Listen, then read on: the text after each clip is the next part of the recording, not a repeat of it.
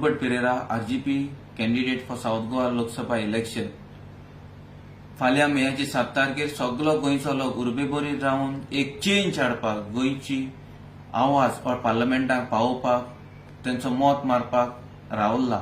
पूण आयज राती आदली राती 6 तारखेर मेयाचे एक मेसेज व्हायरल जाता व्हॉट्सअप ग्रुपाचेर आनी डिफरंट ग्रुप्सांचेर की रुबर्टान आरजीपी कॅन्डिडेटचेर विथड्रॉ केला आनी हांव रिक्वेस्ट करता की विर्यातोक सपोर्ट करचो म्हणून.